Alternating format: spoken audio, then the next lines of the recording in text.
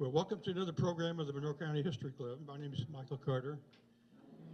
Welcome to my beautiful wife, Paulette, and my cousins, and my brother Steve over there, who come to watch. I need all the help I can get. We had our BHS Class of '64 reunion here, a mini reunion we called it. It was Friday night. It was our 61st, something like that. And I see some of those people in that group here tonight, so great all support I get for the BHS Class of '64. I left some sheets of paper on the tables, the ones listing all the upcoming programs for the History Club going all the way into next year. Keep in mind these programs aren't set in stone. Cancellations can happen, and they have happened a few months ago. We just find a way to work around it. Many thanks to the American Legion for allowing us to have these programs. We've been partners in presenting. Yeah. There's no other venue that would even come close to this for doing what we do. It's been around 12 years, over 12 years. Thanks so much to the wait staff and the kitchen staff who do a great job every time. Brooke and Amanda are doing great. Please be generous. I would also, of course, like to thank Catch TV for recording our programs for now almost 10 years. So, and we have our own recorder, cameraman, Dave Walter, who's been doing this for several years. And he's good. Yay, Dave. It's a very important service. You know, it allows us to upload each program to YouTube for people who can't make it for generations to enjoy, hopefully. Also, our local enthusiasts history enthusiasts who attend these programs are great. We so appreciate your support, believe me. And then those who watch the programs on YouTube, because, you know, everybody can't get in here, and some people work for a living, so I keep numbers on how many people watch it. You might be surprised how many people all over the country, transplanted Bloomingtonians, watch these things. Do we have any new attendees today? I bet we do.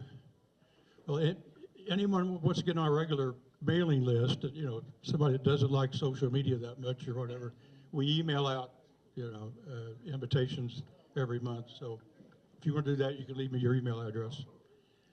And my buddy George Carpenter gets that job done. So right now, Daniel Schlegel, the director of the History Center, would like to say a few words. Thank you, Michael. I just had a couple things I wanted to go through real quick. For anyone that is unaware, we have a big garage sale every year in June. We have a second one in November, and we are still collecting items. So if you are downsizing or find some stuff you don't maybe need anymore, we are collecting through October 22nd at the garage sale site. So I brought some of those quarter sheet flyers over where I keep all the books. So feel free and come over and see me over there. We have 3 new exhibits up in our spaces at the History Center, so make sure you come out and see them.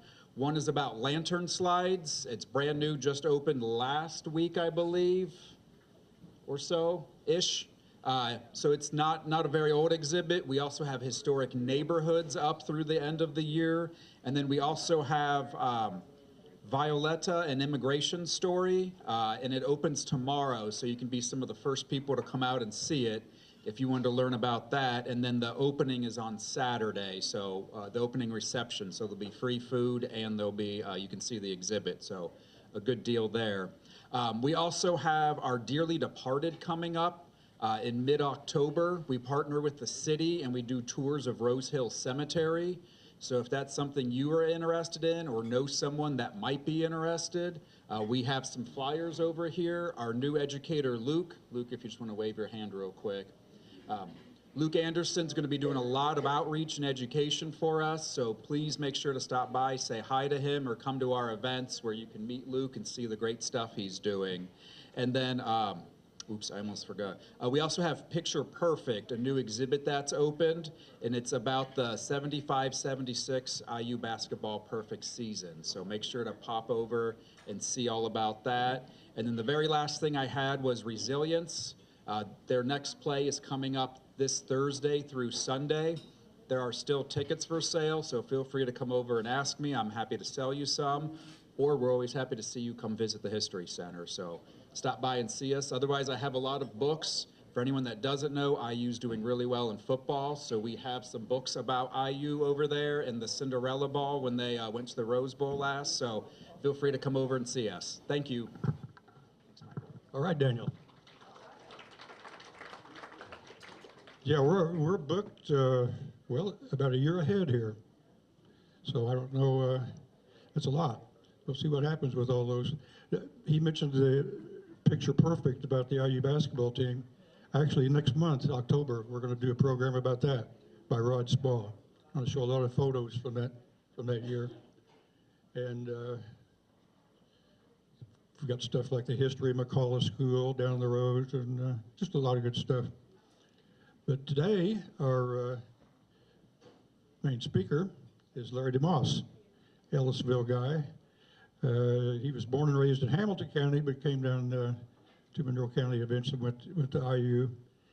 The big thing was he was a finalist in the first Jeopardy Teachers Tournament, 2011. Not bad. You're just showing off, that's right. Yeah. Now today he's going to talk about Quarry Lads and Eagles to Mustangs. Just a look at schools in both Bean Blossom and Richland Townships prior to consolidation, followed by an account of the events leading up to consolidation, and then a look at the community and the corporation in the last 60 years. So, Larry? Take pictures, and I'll shut the lights on.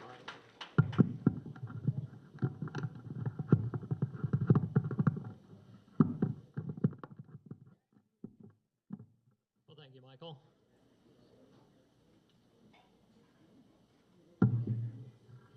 To start with, I'd like to ask, with a show of hands, how many of you had a multi-day or a week-long senior trip when you were in high school? Okay, I was expecting a few more hands than that. Now, the class of 1972 at Hamilton Heights High School went to Pittsburgh, Gettysburg, Philadelphia, New York, Washington, D.C. There were 42 of us, which is about half of my graduating class, and we each, I think, had to pay $42 to do it, plus some spending money. Those of you who did have a senior class trip, how many of you ended up having that trip recorded in a magazine with national circulation by a well-known, well-established author? No? All right. It happened.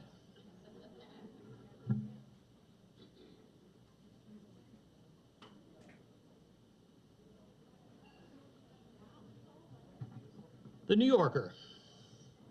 Lillian Ross was a well-established writer. She had contributed a number of things to the New Yorker, and she also had written an account of Ernest Hemingway's life that Papa didn't particularly care for it, apparently. But she came to be known as one of the founders of what came to be known as the New Journalism. Some of you have probably heard of Truman Capote in Cold Blood, Tom Wolfe, The Right Stuff. Those are examples of the new journalism. It used literary techniques in order to tell a story, to report on news. Give me a chance to get my technology together here. Well, at Steinsville High School in 1960, the English teacher at Steinsville, and as far as I know, she was the only English teacher at Steinsville, contacted Lillian Ross and told her about an upcoming trip by the class of 60 and wondered if she thought it would be good for a magazine. And the result was the Yellow Bus.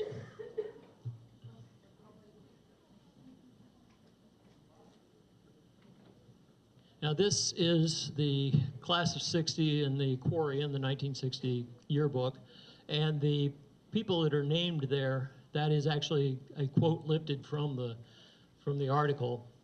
Those were the students that attended on this particular field trip.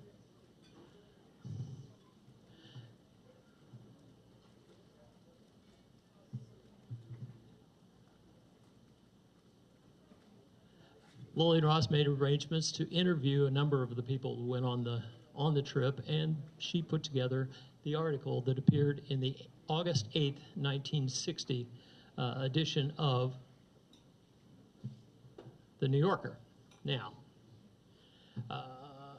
so besides the 18, there were 24 graduates. 18 of them were able to go on the trip. The other 6, for either for financial reasons or whatever, decided that they couldn't go. But the 18 who went, along with their English teacher and her husband, Polly and Thomas Watts, a bus driver, Ralph Walls, and his wife, Margaret. Now, the bus driver was the only one of the group that had ever been to New York City before. His contribution was he drove them the 39 and a half hours, 849 miles from Steinsville to New York.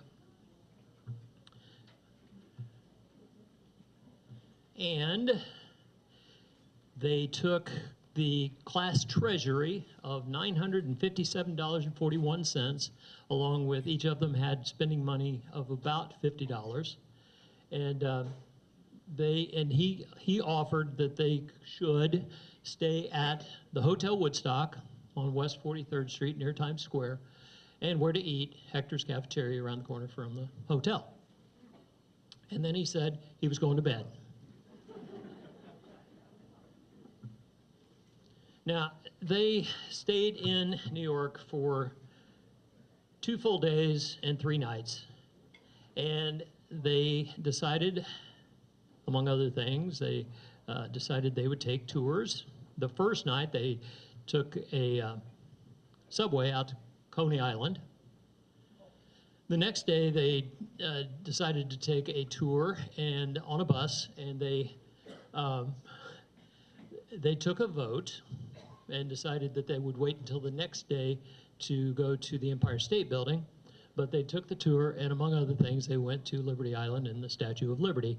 Polly Watts said that Steinsville was the, quote, most democratic school she had ever been, saying they vote on everything. We have an average of 2 votes on something or other every day. So they voted about what they wanted to do.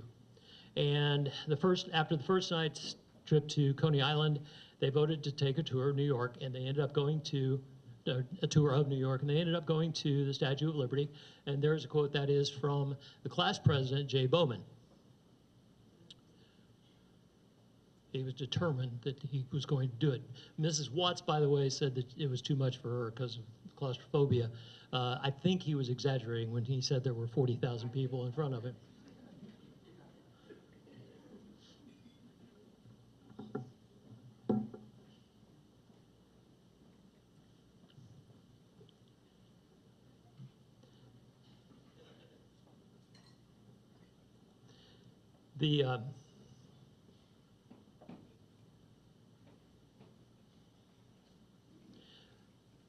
Jay Bowman was the class president. He was just a natural leader, and he took care of all the voting.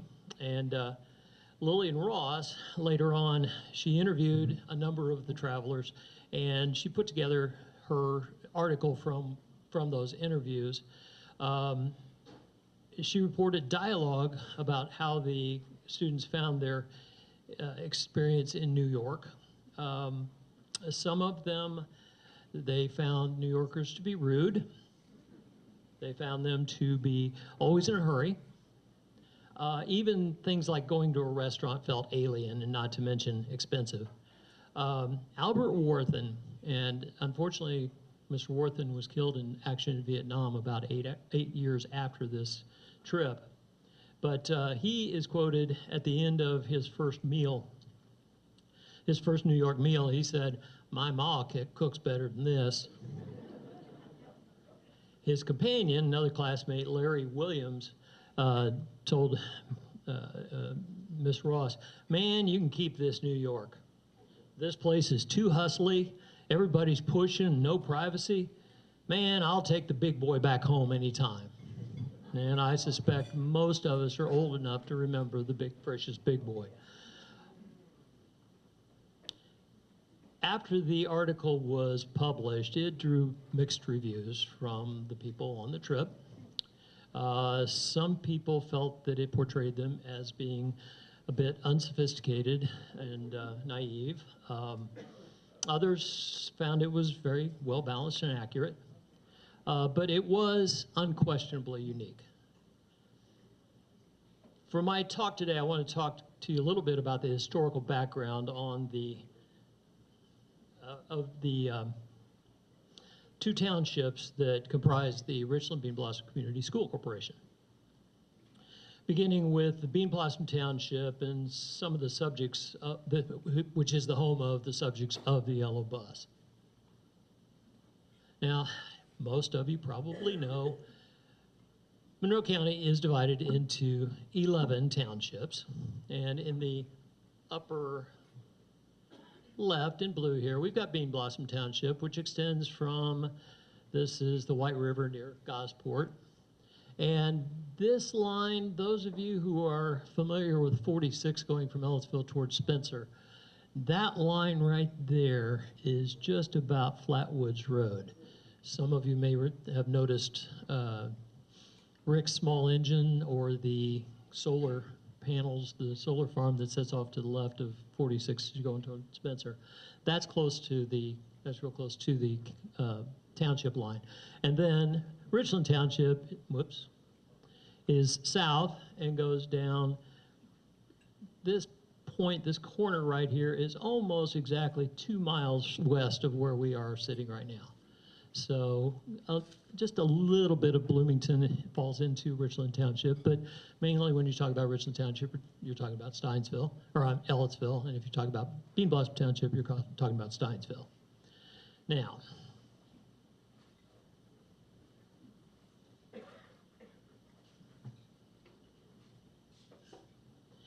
educational development in Bean Blossom Township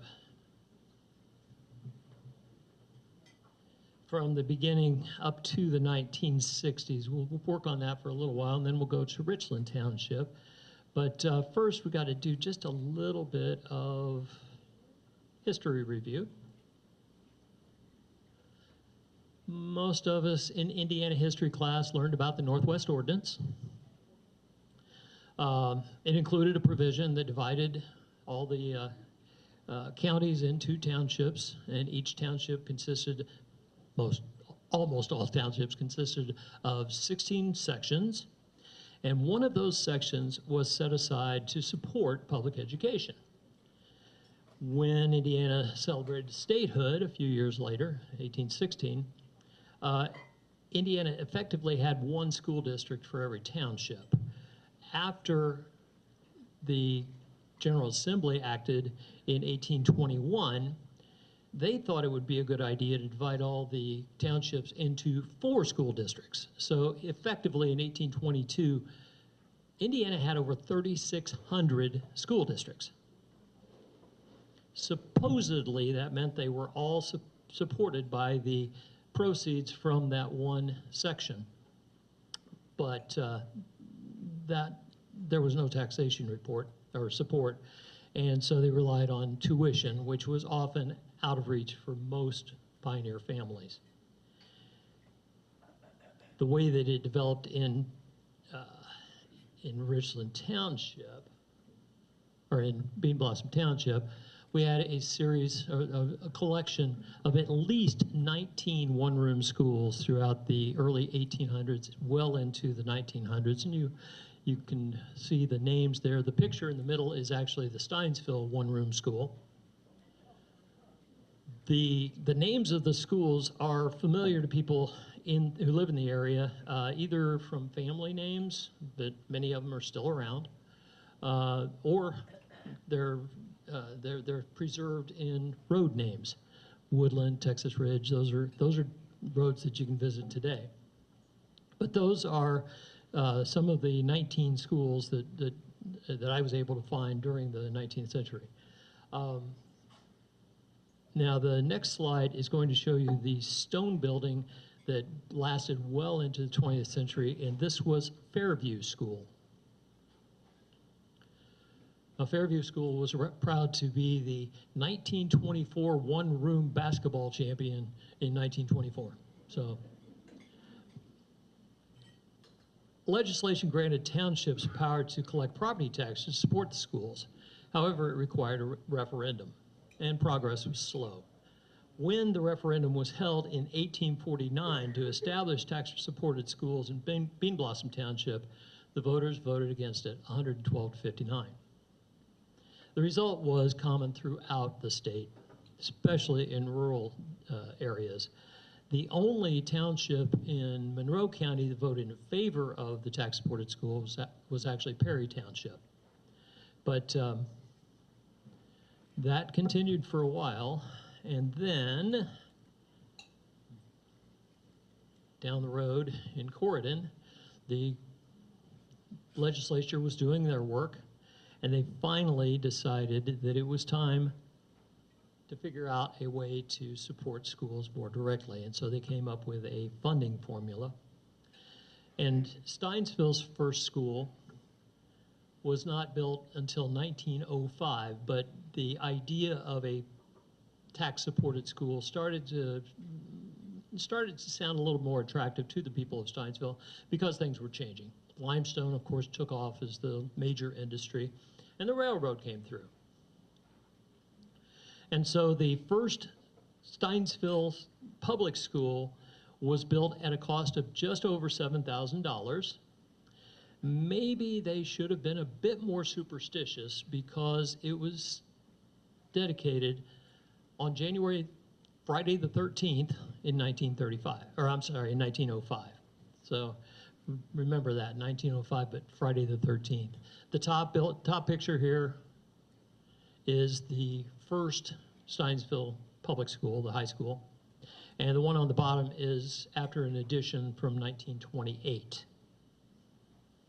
And now we will meet a few of the first graduates. And there they are sitting on some of the product from the quarries. These are graduates from 1908 through 1910. And since it is Indiana, basketball was included in the very nature of Steinsville High School, even though their home games had to be played outside or they played at neighboring schools because they didn't have a gymnasium. But that's a young Mr. Van Buskirk holding the basketball in his right hand in the back row there.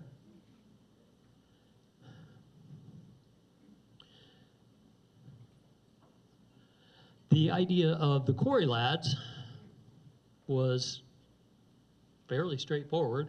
Limestone quarries were so important to the economy of Steinsville and much of northwestern Monroe County. The idea of the Quarry Lads was offered by a teacher named Lovell Childers, and it was selected after a contest to decide what they should call their basketball team, and not surprisingly, the yearbook was called the Quarryin.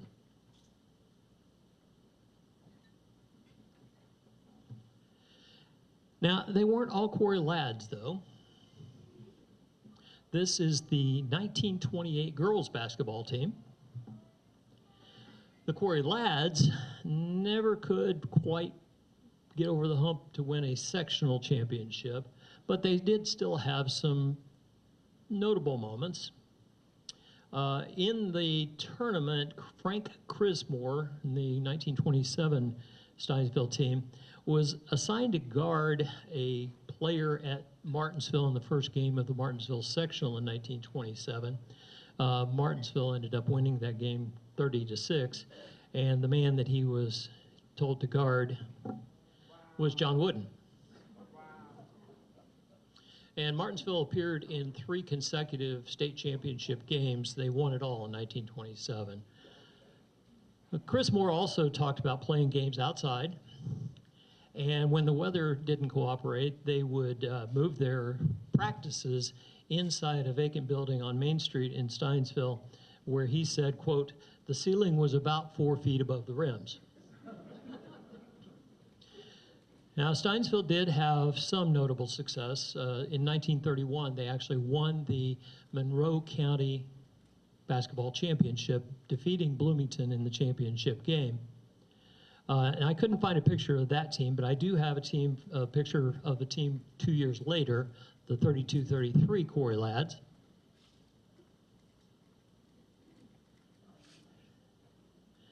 And they still had a pretty good year. They ended up, they started out 1-7, so not real good, but they ended up 9-11-1, so that was a good end to the year. The tie was a 3 overtime game at Gosport, which was just down the road. So it's, as Hoosiers, you can imagine how loud it must have been in the Gosport gym for that, after 3 overtimes. The girls fared a little bit better.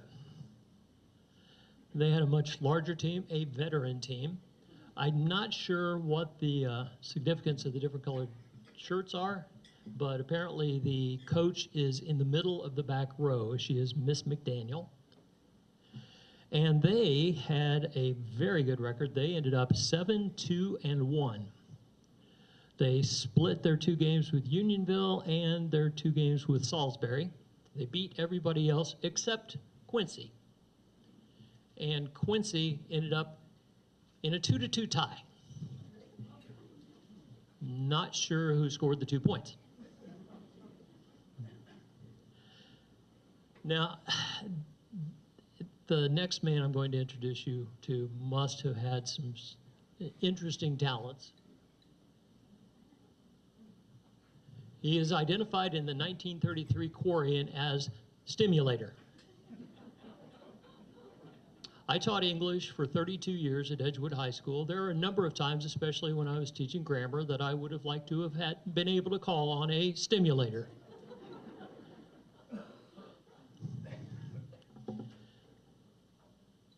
After fire destroyed the school in 1935, remember what I said about it being dedicated on Friday the 13th. It was destroyed in 1935, and a new building was erected from using New Deal funds. It was opened in 1937, and then it was dedicated in 1938 when the gymnasium was completed, and presumably not on a Friday the 13th. And that is the new, in 1937, the new Steinsville High School and the Quarry Lads had their home. With their home court, the Quarry Lads continued to compete against tough schedules, against usually much larger schools. As I said, they were declared county champions in 1931, beat Bloomington. In 1954, they had 3 players who were offered athletic scholarships, Jim Wilbur being one of them, and he was invited as one of the 100 nominated to the Indiana All-Star team. And on the last Steinsville school Steinsville team in 1964, Mike Peterson was their leading scorer, and he set a school career scoring record with 1,111 points. He scored over 25 points a game and scored over 30 10 times. And now I need to move a few miles to the south, and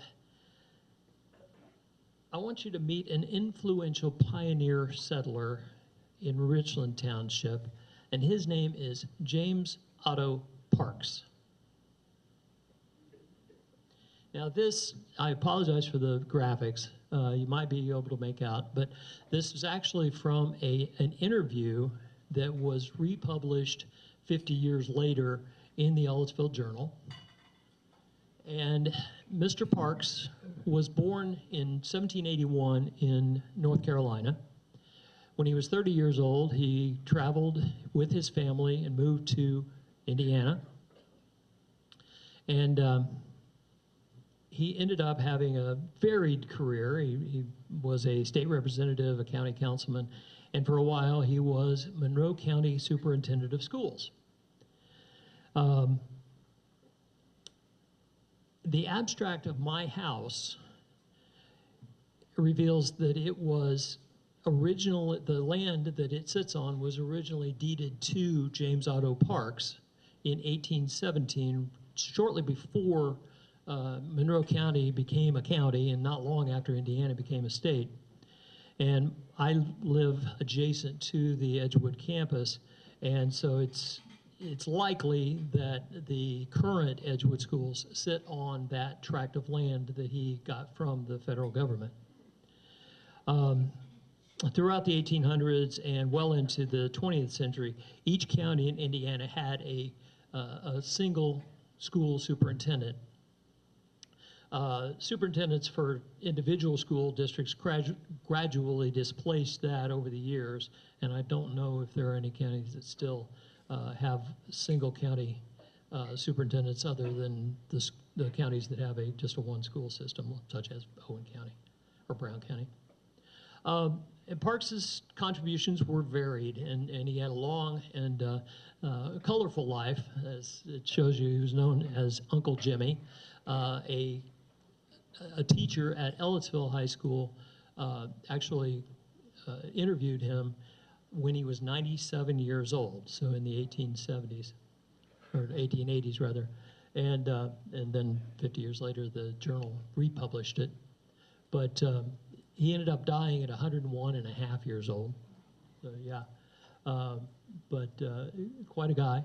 And in 1991, I had a young man in my English class whose name was Jimmy Parks, and he was James Otto Parks's great-great-great-great-grandson. Now, like Bean Blossom Township, Richland Township had a number of one-room schools, not quite as many as Bean Blossom did, but they lasted, again, throughout the 19th and into the 20th century. This is the Crossroads School from 1936-37. And you can see the example of some of the other one-room schools that existed in Richland Township. The next slide shows a picture of a one-room school. This is it's alternatively known as either the Kirby or the Mason School, but it is described as, quote, "This photo is an excellent representation of a one-room classroom." And in the front row, we have the recitation seats, and you might be able to make out the flat-topped coal-fired stove back in the back corner. Now, as with Bean Blossom and other rural townships, Richland voters originally rejected the tax-supported school referendum in 1848, but a new constitution and the work of one Caleb Mills finally helped move Indiana forward. Caleb Mills was a professor at Wabash College, and he made it his mission to get public education going in Indiana. Indiana's public education program lagged behind a lot of states at that time. And so the Constitution was passed in 1851 after the bankruptcy caused by the canal collapse. And then in 1852, there was a public funding bill that included taxation for public schools. And so Mills was able to help bring his dream to fruition. With the new taxation power, the Richland Township built their first publicly funded school and opened it in 1855, and that's it on the upper picture. It had 2 rooms, and it was used for about 20 years. It was located on what is now Association Street, just off, runs parallel to Temperance in Ellettsville. Below it are, to the left, Little Brick, and to the right is Big Brick. Big Brick opened in 1872. It had 5 teachers, and it included both primary and secondary schools, or students. And then the Little Brick was opened in later in the 1870s, and it was for primary students when the enrollment outgrew the capacity of Big Brick. There's a better picture of Big Brick. And this was located on Temperance Street.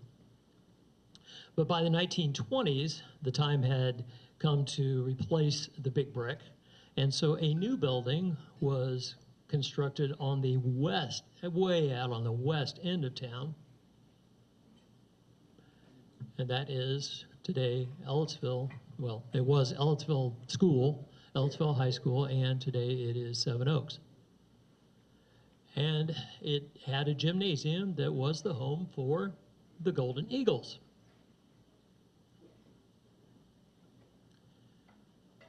Now, the Golden Eagles they did win 4 basketball sectional championships, 1947, and I met somebody earlier today who graduated from Ellettsville in 1947.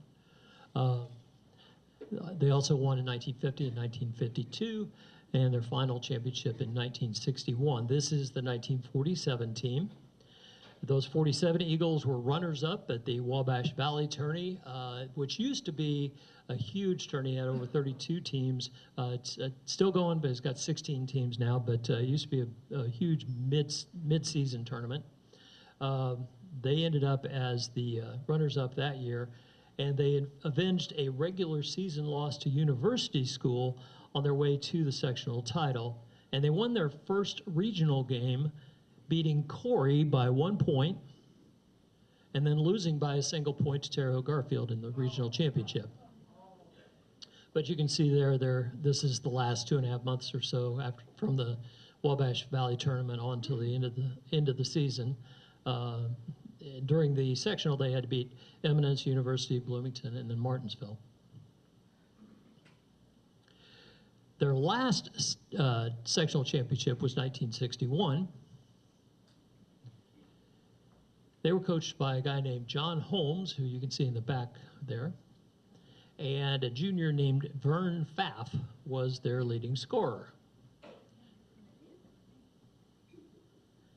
Now, that's Mr. Pfaff on the right. He went on to play at Indiana University next to a couple guys named Van Arsdale and some guy named Steve Redenbaugh. Some of you know who I'm talking about. Steve Redenbaugh was actually my 7th grade PE teacher and my 9th grade PE teacher at Hamilton Heights. And then he left Hamilton Heights and came to Edgewood and was the head basketball coach at Edgewood for a while. The guy on the left is John Holmes. John led Ellettsville to the sectional championship, went on to coach at Cascade and Avon and a couple of other places before returning to Edgewood as athletic director until his retirement in the early 90s. He retired and was named to the Monroe County Athletic Hall of Fame in 2015 and then died earlier this year. I very much appreciated Mr. Holmes' help when I first started teaching. Music was important in Ellettsville before consolidation, and this is the Marching Eagles at the 1960 Sweet Owen Festival in Spencer. But things were changing that would have an impact on both the Eagles and the Quarry Lads. Indiana's General Assembly passed the School Reorganization Act of 1959 and set in motion a wave of school consolidations across the state for the next several years. Now, school consolidation was nothing new in Indiana or most surrounding states. Consolidation to form larger schools reflected changes in educational philosophy, demographics, technology, transportation. But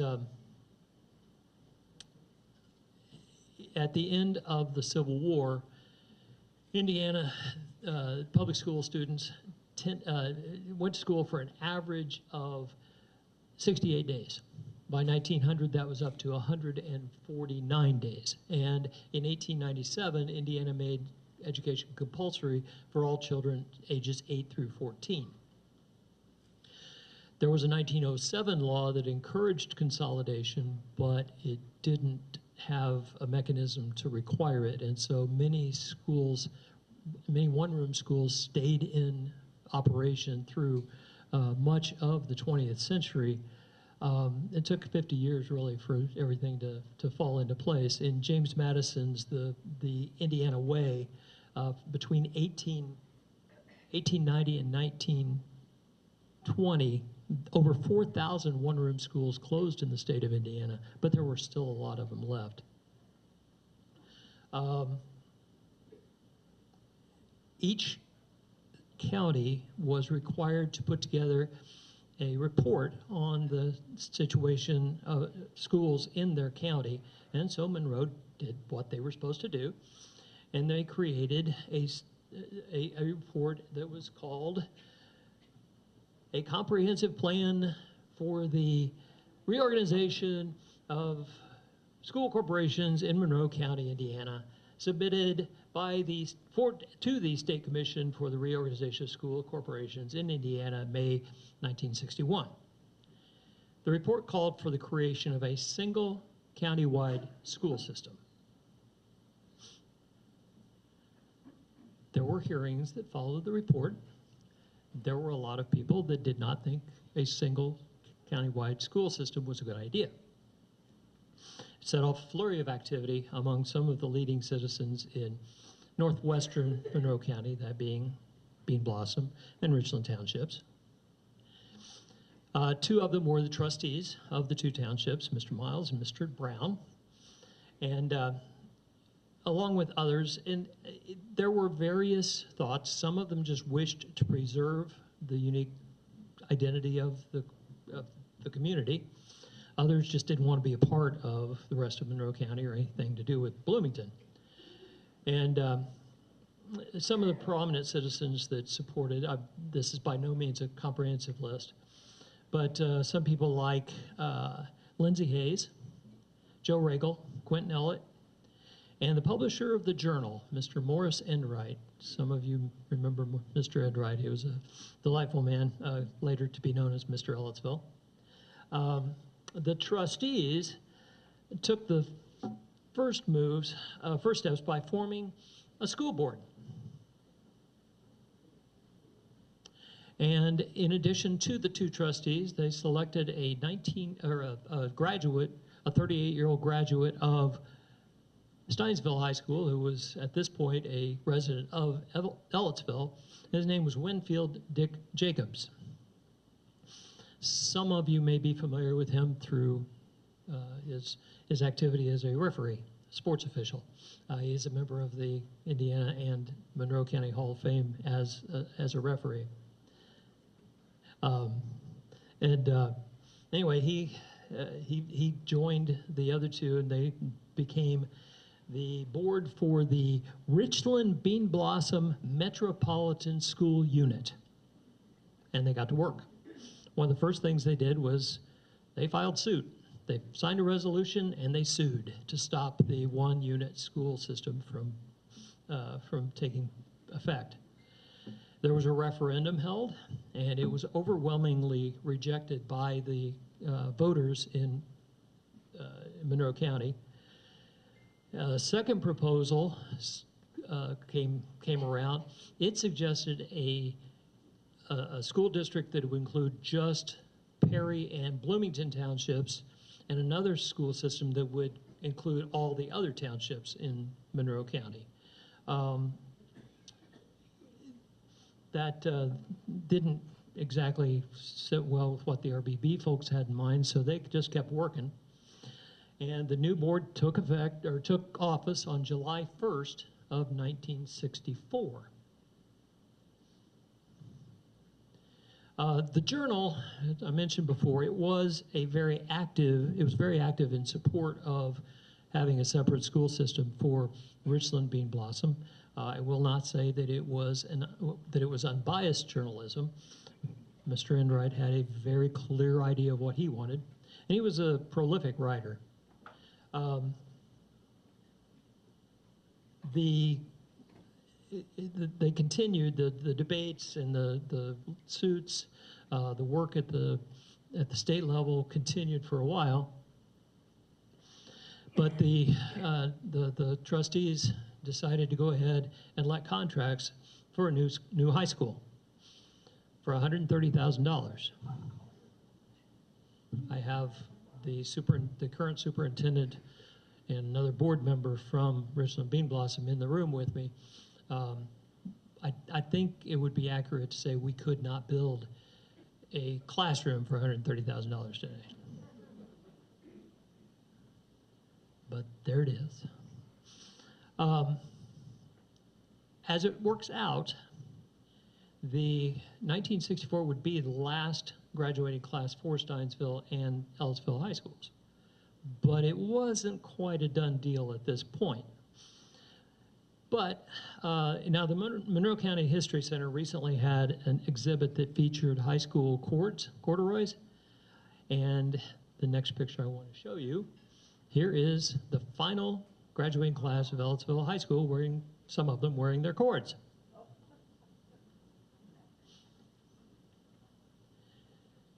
Here's the last graduating class at their baccalaureate at the First Baptist Church in Ellisville. And here is the last graduating class, 1964, in Steinsville. The politics, the courts, everything kept moving. Construction of the school was going on. Litigation was going on. RBB, the trustee for Richland Township was a Mr. Miles, and he acted as the liaison for the school trustees or the school board with the commission in Indianapolis that was talking about what they were going to do, and he had assurances that the one unit plan was not going to fly. But then when the vote was held, it was 6 to 1 in favor of that 1 unit plan. There was a second lawsuit filed. There was another referendum was held. And so they just kept going. And in effect, the referendum ended up getting soundly defeated, especially in the RBB area. And so the preemptive efforts of the Richland-Bean Blossom Board became effectively the final decision. The building was under construction at the beginning of the 64-65 school year. All high school students from Richland and Bean Blossom Townships were attending the Ellisville building until January 25th, 1965, when they got to enter for the first time the new Edgewood School. Isn't that right, Mr. Durnall? Yes. We have at least one member of the class of 1965 here today. And so they had to come up with a name for the new school, and Edgewood was selected as the name. And I am thrilled that the person who won the contest to name the school is actually here today. Would you please raise your hand and wave to everybody sharing? And actually, there were 2 suggestions for Edgewood, but she won because she gave a better explanation of why it should be Edgewood. Well, it was on the edge of Ellisville, and it was out near flat woods. Edgewood. Made perfect sense. I'd also point out this little sidebar here. They needed another $180 to pay their legal fees for the suit. Can you imagine? It cost $1,000 to hire a lawyer. And so the Quarry Lads in their red and white, and the Golden Eagles in their black and gold, became the Mustangs in black and white with red and gold trim.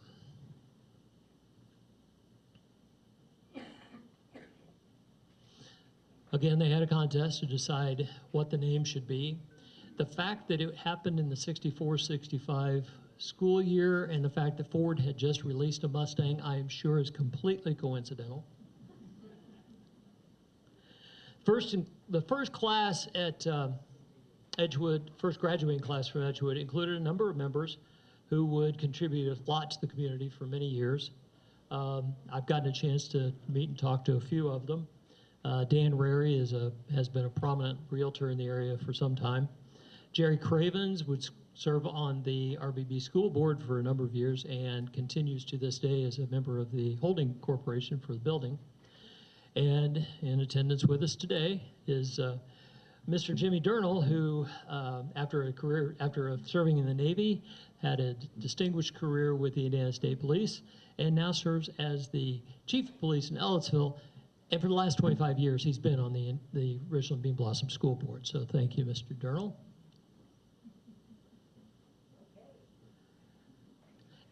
Edgewood was able to add something that neither of the predecessor schools had.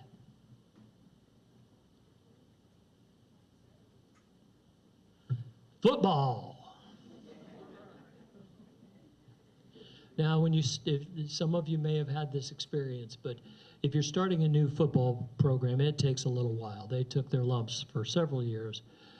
In 1974, however, they set a record in the state that stood for some time. They won 9 games, and every game they won was a shutout. However, they did lose 1. And that was the first year for the state football playoffs, and they only took 4 teams, so Edgewood was not invited. However, here is the 1974 team, by the way. If you can see any of the names there, some of them may be familiar if you're familiar with the Edgewood community. There are Bennett's and Gravies and Schatz and Butchers, and there's a lot of familiar names in there. Later on, we've had some record setters, running backs Rod Ogan, Richie Leffler, Robert Boltinghouse, quarterback Josh Collier, and there have also been there's been some success among some of the girls. This is the 1990 Regional Championship girls team. One of the things I discovered in doing my research is that both the girls basketball and volleyball teams have notched 10 sectional championships and 2 regional championships. This team from 1990, I started teaching in 88, 89. This was a great group. In the front row there is their coach, Bill Atkinson. And right behind him is some guy named John Chance that some of you may know. The boys have to wait a couple of years for their first championship. 1993. Coached by Jeff Birch, they won the Bedford Sectional. This is during the years of single-class basketball. To win the sectional championship, they had to beat, in order, Bloomington North, Bloomington South, and Bedford North Lawrence. They had lost all 3 of those schools during the regular season, so they had to turn those results around. And then they went on to defeat 7th-ranked Terre Haute North in the first game of the Terre Haute Regional, only to be defeated by the ultimate Cinderella team, White River Valley, in the championship game. There are a few other sports that have had some success. There's a whole host of Mustang runners that have gone to the state finals and placed. Among them includes this guy, Charlie Worthen, with his mother at graduation. He went on to become a Hall of Fame cross-country coach at Bloomington North, but he was a Mustang first. Rusty Dutton and Damian Chambers won state championships in wrestling. Stacy Martin and her brother Corey both won state championships in throwing. And Stacy was also named Mental Attitude Award winner. And then there's Coach Bob Jones, who has over 500 victories in baseball. And this picture is the guy that was who threw a complete game in a loss in the championship game, state championship game in 2019. Luke Hayden is now in Florida in the Reds organization. Yeah, he started out at IU, that's right. Besides his 500 wins and that 1 loss, he's got a counterpart in softball named Mick Hammett, who has had similar success. Mick has won 13 sectional titles, and he went to the state championship game in 2012 with his pitcher, Rachel DeLay, who was also a mental attitude winner. Both teams ended up losing in the championship game to Andrean High School. We're not bitter about that. And then there's the 2006-07 boys basketball team. Coached by Jay Brown. They went undefeated in the regular season through the sectional. They were ranked number 1 in 3A. They faced a tough schedule ahead, just full of ranked teams. And the junior center on that team would make the Indiana All-Star team the following year. Some of you may recognize the all-time record point holder for the Monroe County, Garrett Butcher. The only person from Monroe County, as far as I know, to play in back-to-back NCAA championship teams, or championship games. I have had the honor of announcing every point that he scored on the Edgewood home court during his 4-year career. And he's just a great guy.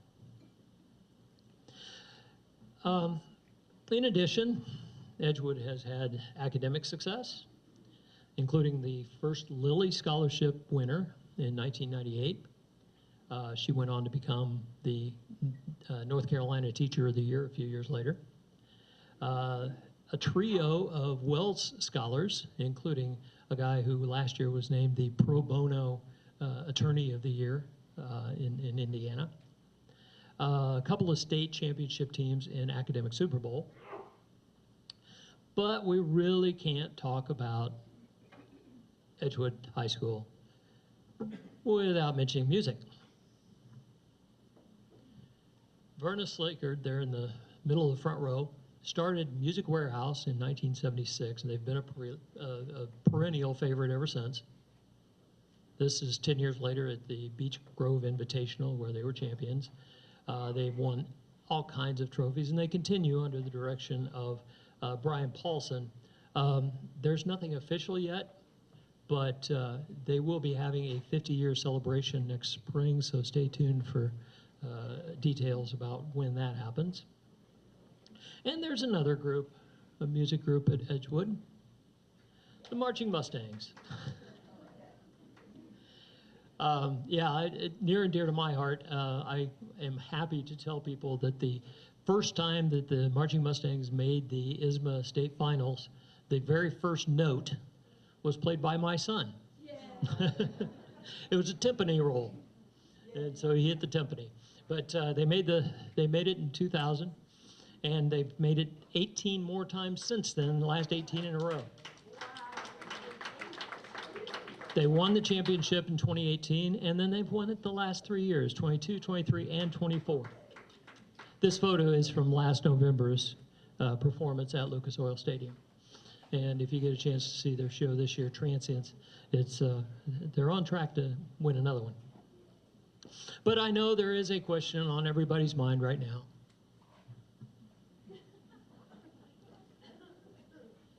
I'm glad you asked.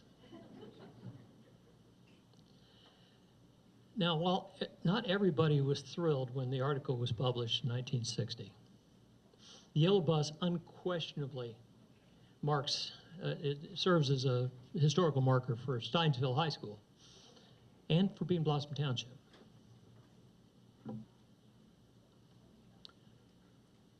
This is the 50-year reunion for the class of 1960.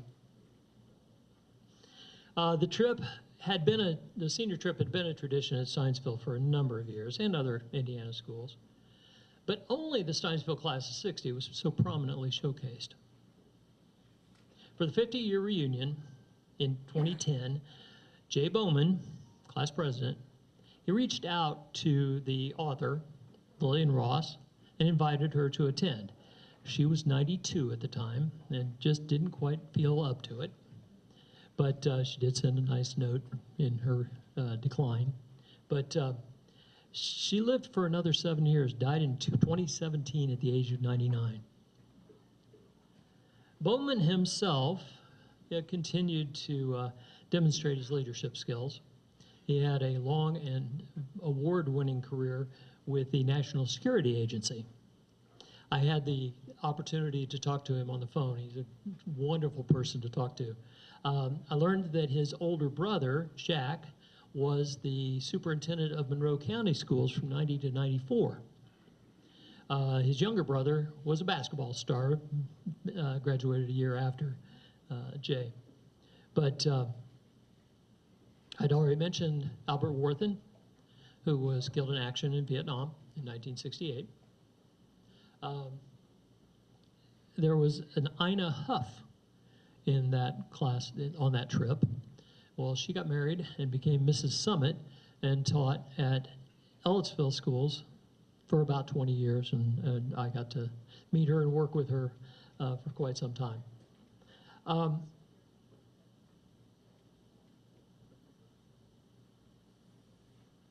Like every graduating cohort, the class has a number of other stories that they could tell, but together they do form a fascinating chapter in the story of the schools in Richland-Bean Blossom Community. They give us some of the history of Sidesville, and I'm very happy to have been able to share this with you. I want to thank people who helped me put this together. Steve Brewer, Jimmy Durnall, and Leah Figley helped me get into the Ellettsville History Center. Megan McDonald and the Monroe County History Center were very helpful. The RBB CSC office, especially Dr. Sanders and Susan Shockney. Jay Bowman, as I got to talk to him on the phone. Pam Cook, thank you. Susan, my wife, thank you. Sharon Roulet. And the Monroe County retired teachers for their wonderful book, Echoes from One-Room Schools, was a tremendous resource, and I'm very grateful to that. So I will try to answer questions, but also, as I told a couple of you, tell me what mistakes I made, because I know I made some. But thank you.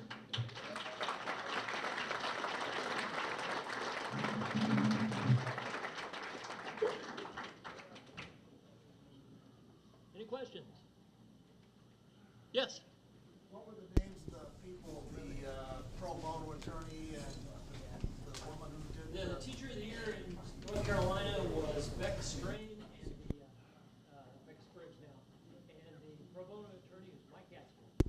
Mike who? Gastineau. He was an attorney with Cook. I don't know if he's still working with them.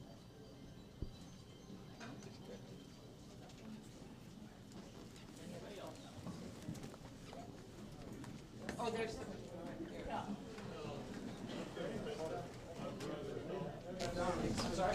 I was told that Winfield Jacob went around with a sod cutter to get people to volunteer grass to cover the football field at Edgewood High School. That doesn't Knocking on doors.